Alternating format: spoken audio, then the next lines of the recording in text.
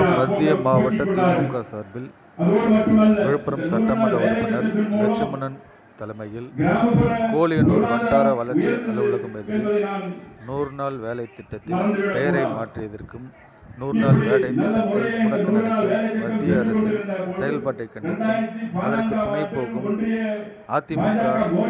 கட்சியை கண்டித்தும் திமுக சார்பில்